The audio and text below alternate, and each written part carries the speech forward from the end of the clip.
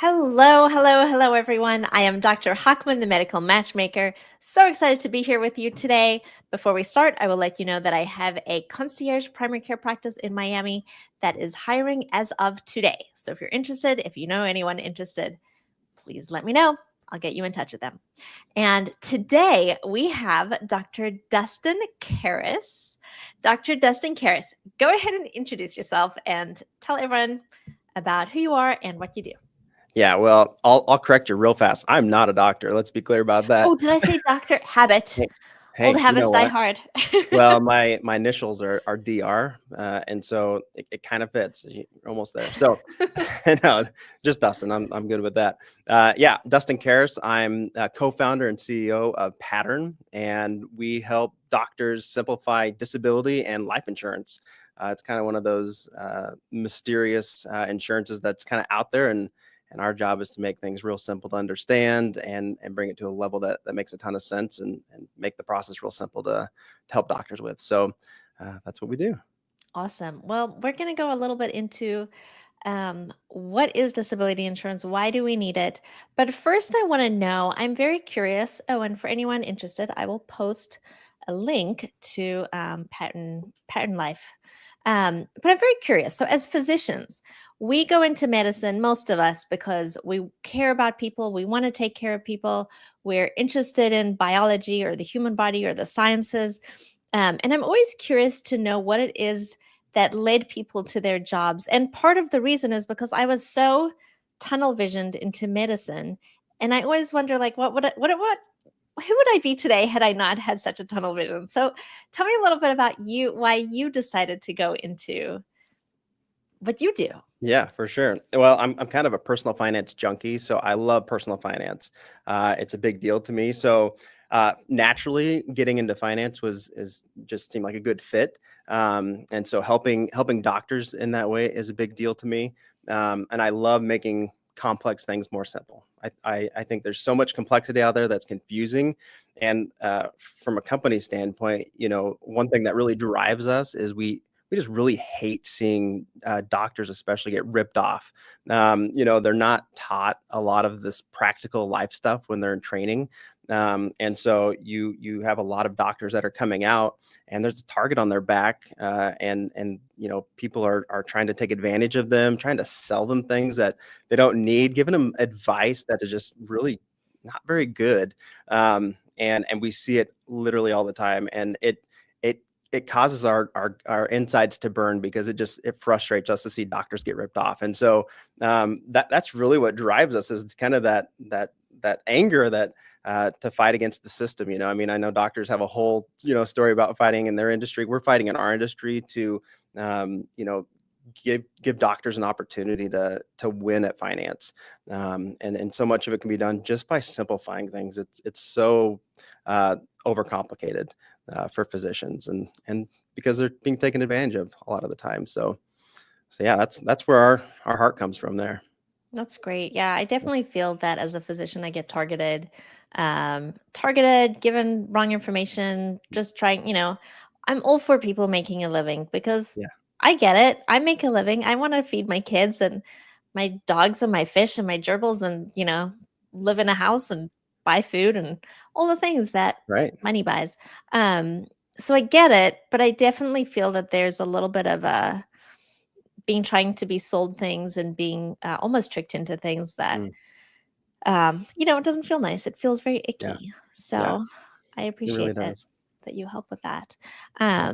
And you started this company yourself. You're the founder, correct? I'm a co-founder, yeah. So me and another friend of mine, we started it back in 2013, and we started off as kind of a full-service financial planning firm, and so that included everything from investments to planning to insurance. And so we knew what we were good at, we knew what we weren't good at. So we subspecialized, if you will, into disability and life insurance. So we focused very narrowly on those things and wanted to be experts in the industry, niche product, niche market, and it's enabled us to have a lot of impact in the marketplace for doctors when it comes to disability insurance, because it's not the most simple to understand. The concept is simple, but there's hoops you got to jump through to get it.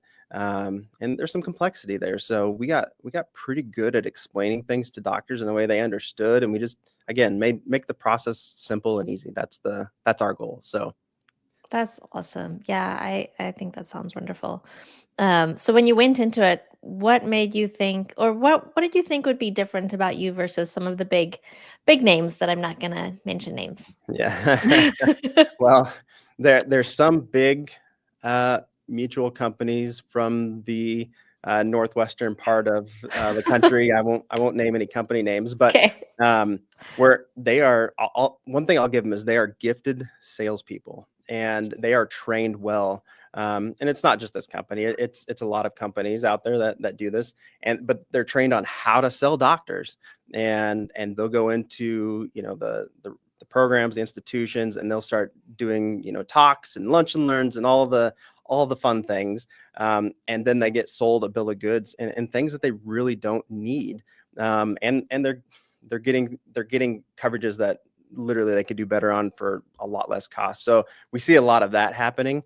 And so for us, like we're considered independent agents, which enables us to kind of look at the entire marketplace and choose the right option for the doctor. So we specialize in comparing options, helping understand. We do enough volume in our company where we have good relationships with the insurance companies. So we see trends. We know if certain medical conditions that a physician might have, how that's going to impact their opportunity to get coverage. And different insurance companies out there, they treat different conditions differently. So we, with our experience and with the amount of doctors that we work with tens of thousands of doctors over the years.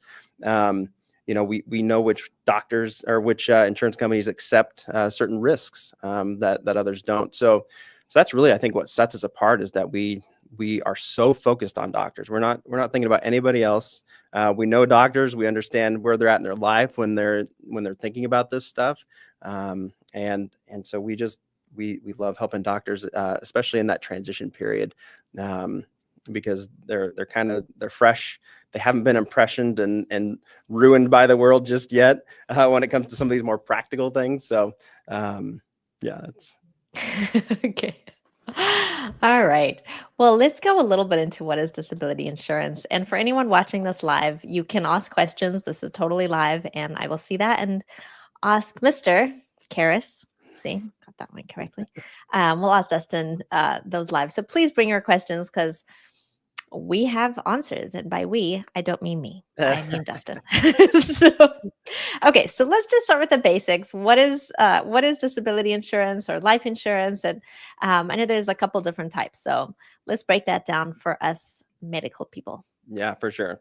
Well, term life insurance, I mean, that's like, it's just bread and butter, right? If you die, you get paid.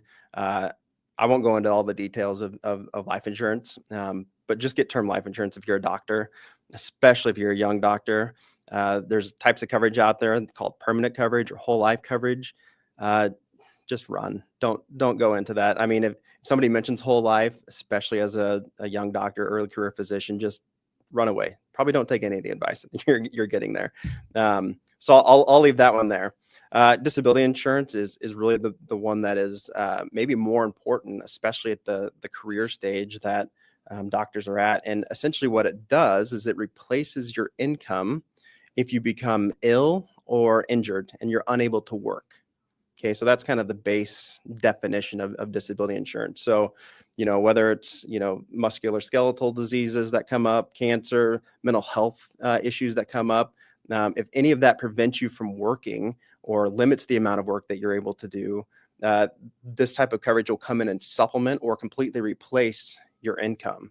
And then, in this world, there is a whole spectrum of different, they call them definitions of disability, that define how strong or how broad or narrow the coverage is for a doctor. And so there's something called true own occupation coverage that is the only kind of coverage that doctors should be looking at. Okay.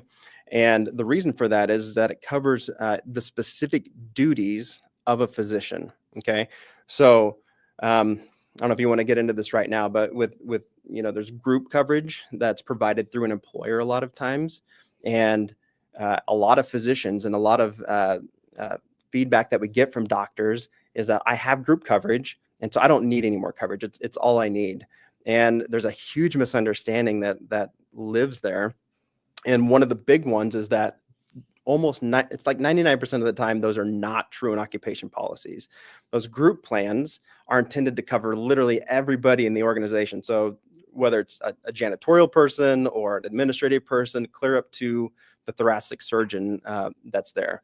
It's meant to cover all of the people. And so your risk pool is very large. And so the definition of disability insurance is just, it's very broad, meaning if you go to try to file a claim, a lot of times those claims are denied, just because there's so many intricacies and wiggle room that these insurance companies and these policies have to enable in order to be able to have those costs low enough so that the employer will actually be able to pay for it. Okay. So when it comes to the disability insurance that a doctor needs, just remember true own occupation disability insurance. That's like the main takeaway from today. If you get a true own occupation policy, you're on the right path. Okay. And there's a handful of companies out there that do this. Right now we call them the big five. So you have Principal, Emeritus, Guardian, Mass Mutual, and the Standard. So any of those five honestly provide that definition of coverage that doctors need. And there's been some players in the past that have been, a part of that group that are just no longer in the business. And so those are currently the top five. So if you're watching this in a year, this may be not the case anymore. But those five have been around for a really long time and have made their imprint in the industry here. So yeah. So when it comes to disability insurance, that's the main thing. You can So remember that piece of it. what I'm understanding is true own occupation is, as a physician, I need XYZ to be able to do my job, Mhm. and so that I don't waste all those years of training. If Right. something were to happen to me and I were to go work in a bookstore, or Mhm. all I'm able to do is whatever. Let's just say Yeah, working in a bookstore, where I wouldn't be able to really replace that income. I could still work in a bookstore and I could claim that disability insurance because I'm not able to do the thing that I was trained to do. that's right. You're right on top of it. So yeah, the difference between your true and occupation and maybe some of the other definitions that are there are exactly what you're talking about. If you have we'll use the thoracic surgeon example. If you have a thoracic surgeon and they have their true and occupation policy, if they become disabled, they're unable to perform the material duties that they were performing before, they're going to get their full disability payout from their policy. They're going to receive a replacement of their income. It should be close to their after-tax income that they were receiving. And if they go work in any other profession, not even profession, occupation, they're still going to receive that benefit. So that doesn't mean they have to leave medicine either. If that thoracic surgeon wanted to, go back to the teaching hospital and teach or do other duties that fall in the cardiology side of things, they could do that, make a full income over here, and make their full receive their full benefit from their policy, which is the money that they receive out of the policy because of their disability. So that's really what sets true and occupation apart. As soon as you move to any other type of definition of policy or a weaker definition, as soon as you start making an income, whether it's a bookstore person or becoming a different specialty, as soon as you do that, your benefits start getting offset, and eventually they go away for all the policies out there. So true and occupation, it really secures your actual duties as a physician. So the things you're actually doing is what matters. And if your duties change over time, as a lot of physicians, they'll get their coverage while they're mid residency, and they're in a, say, family medicine residency. And then they get their rates there.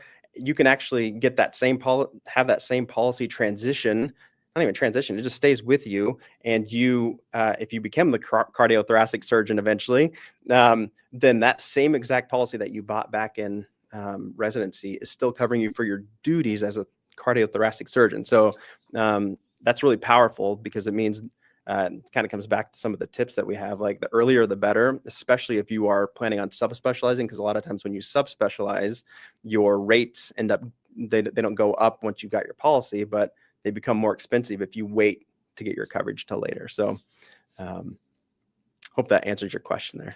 Yeah, that's so interesting. And I don't know about you, but my crystal ball doesn't usually work very well. So, when do you suggest getting your policy? It sounds like you say, hey, get it as early as possible, Yeah. mid residency, maybe. Yeah, for sure. We've had some medical students in their final year reach out to us, and they really want to come in prepared, and we support that. And they typically get a pretty small policy, and that's good. They're getting their foot in the door. But as far as once you get into residency, you should start taking it more seriously. The more investment you're making into your education means the more risk you're essentially taking on, the longer you don't have coverage. And so, yeah, if you're looking at, PGY2, PGY3, I would get serious about it.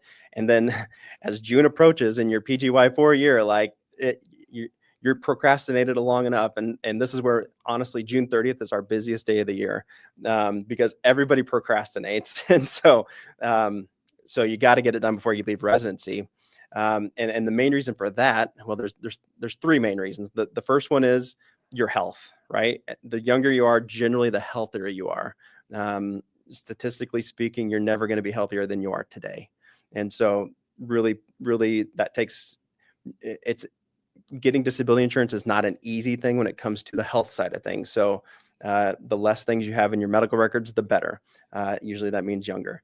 Number two is your age. Each year that you wait, you can expect your premium to be about 3 to 5% higher the next year, just simply because of your age change.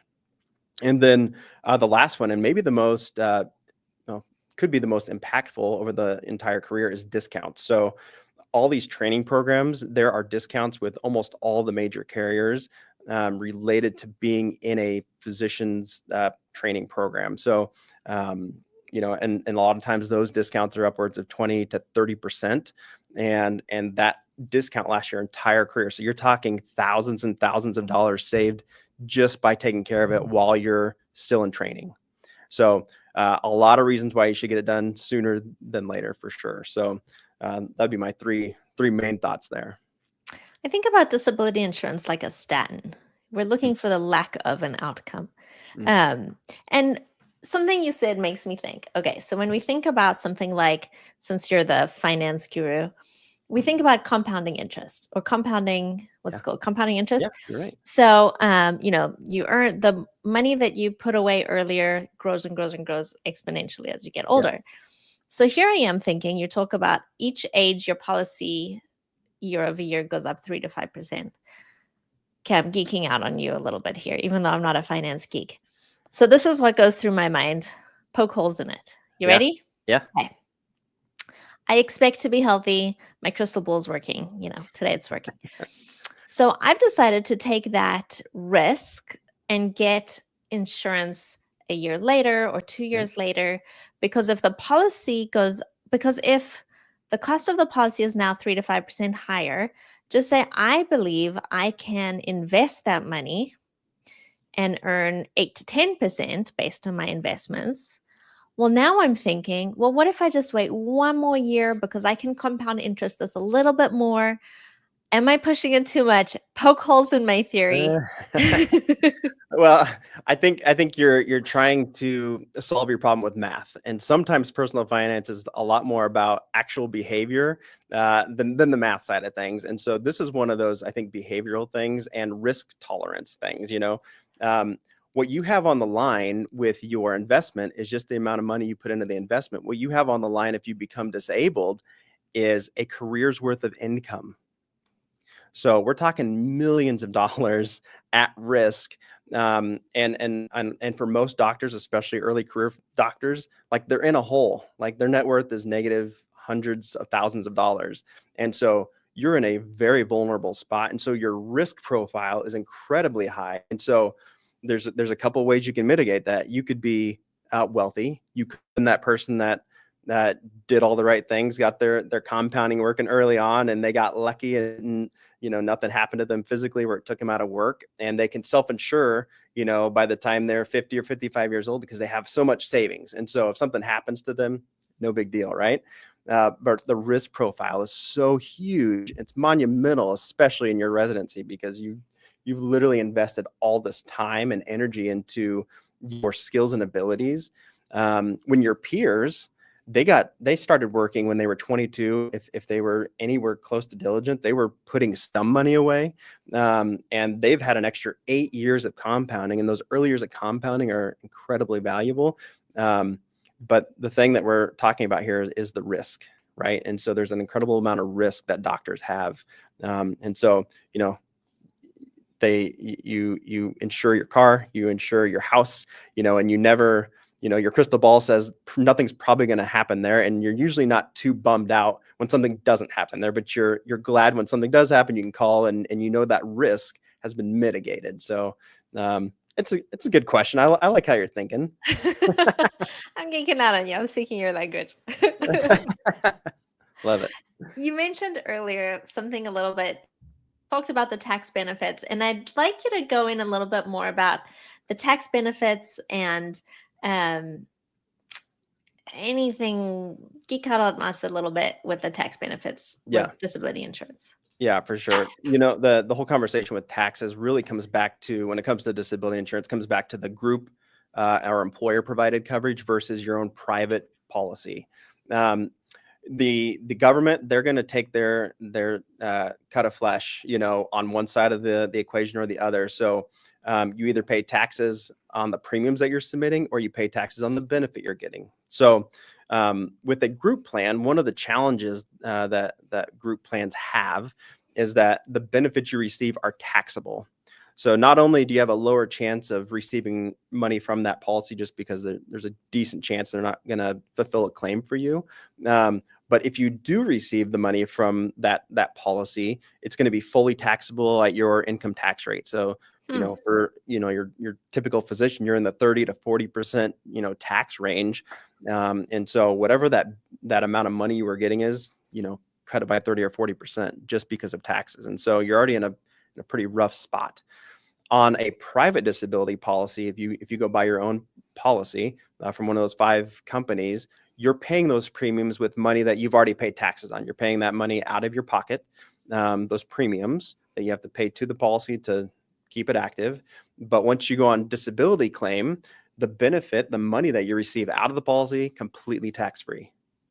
So you have to pay on one side or the other. The thing about it is, though, that the money that you're receiving out of the policy is substantially higher than what you're putting into it. So, and it's the same way with life insurance too. If the money that was paying for that policy was paid with pre-tax money, you're going to get taxed on the benefit. But if you buy your own private disability or your own private life insurance coverage, that entire benefit is tax-free. So that's a huge deal when it comes to actually needing the coverage and needing the money that comes from that. And I always suggest that you got to take taxes into account. And the reason is because when you do get in that situation where your family needs that money to maintain your financial plan, maintain your lifestyle, so much of that you don't want that to be cutting 30 or 40% off. Like you can't maintain your lifestyle in that way. So taxes become a huge, real issue when it comes to the group coverage side of things. It's another reason why, employers, hospitals, they're trying to do a good thing by providing this type of coverage, and it's a benefit for a lot of people in the organization. But a lot of times for physicians, it's actually I would call it a hindrance. But I know that I guess they're trying. So I don't think they're doing it nefariously or anything. I knew a physician who became disabled. I don't know the details, so bear with me here. Yeah.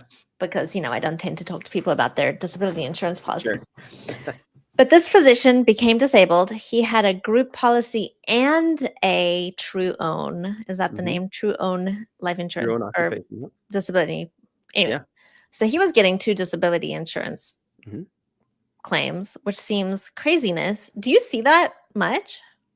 Yeah, if you have the policy, and you meet the definitions to qualify to get a benefit paid, yeah, they'll pay you. Again, the likelihood of getting paid out of a private disability policy out, versus a employer provided is significantly different. Mm, Um, the private disability coverage is way more secure, and the definitions that enable you to get paid are so much more solid, especially when it comes to doctors. They specifically mention, medical specialty type language in their definition. So they will pay, but you have to meet the definitions that the policy sets for it. So could they get paid on both theoretically? Absolutely. Is there more likelihood that you can get paid on private coverage? Absolutely. Yeah, for mm. sure.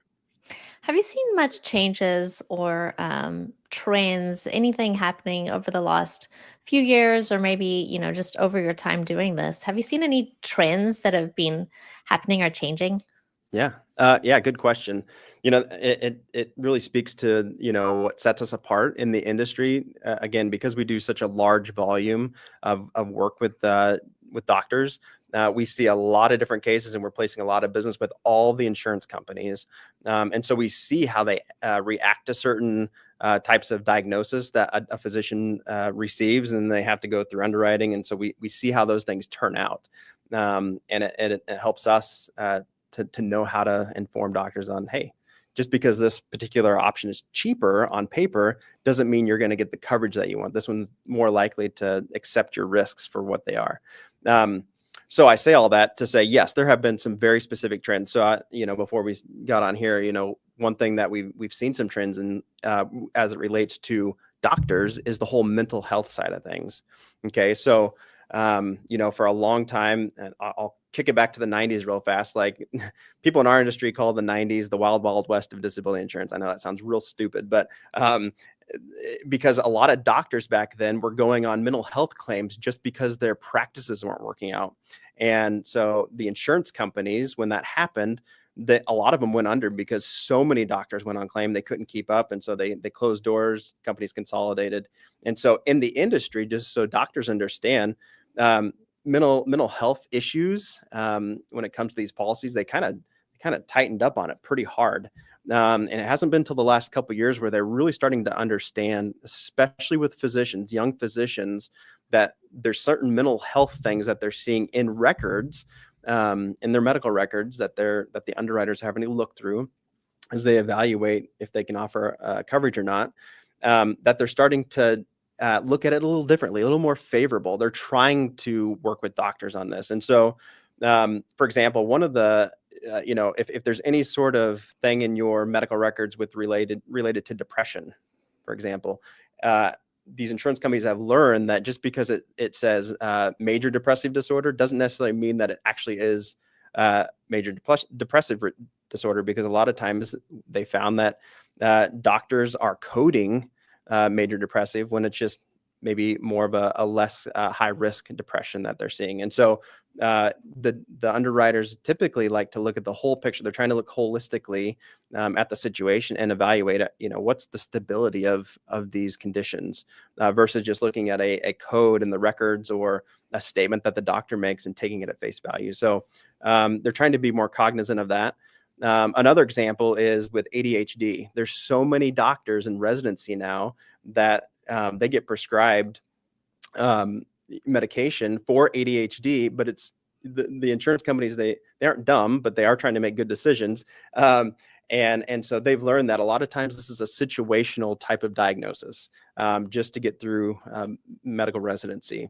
And so if everything else around it, if it was a late diagnosis and it just happened to happen while they were in residency, they take that into account. And one carrier in particular, I won't name him here, but they will now do an exclusion of coverage for just ADHD, if that's the case, versus doing a big blanket, any health issue that comes up, we won't cover, sort of thing. So there are steps there. They want to do better, but the industry's slow. It's a little bit old and stodgy, but they are trying. So those are some of the trends that we're seeing. A lot of it falls in the mental health side of things.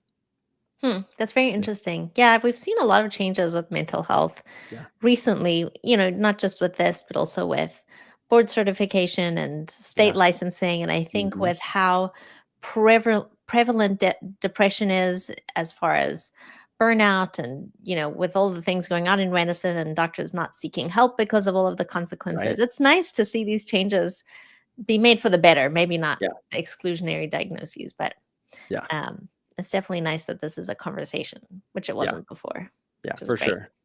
Absolutely. Um, all right. Well, tell us a little bit about Pattern. And I posted a link, but I don't know if it posted to all the platforms. So I'll go back and post it afterwards. But tell us a little bit about Pattern and what makes you guys different. I Yeah. know we touched on that a little bit. Yeah, for sure. Yeah, I mean, we've been around for almost 12 years now, and again, we only work with doctors and then their spouses, if they're not physicians. But again, we specialize, call it subspecializing in disability insurance and life insurance, and our goal is to make it very simple. So we can go out in the marketplace as an independent, unbiased broker and find all the best options for each physician, tailor reports to that individual person and help them get the right kind of coverage. And so, again, I'll come back to the same point. Like we work with so many doctors that it enables us to have some intelligence that your average insurance agent out there maybe wouldn't have. And so, it does make us, I guess, special in that way. If a lot of people don't have that capability, but um, yeah, that's what we do. I mean, it's what we do. It's the air we breathe.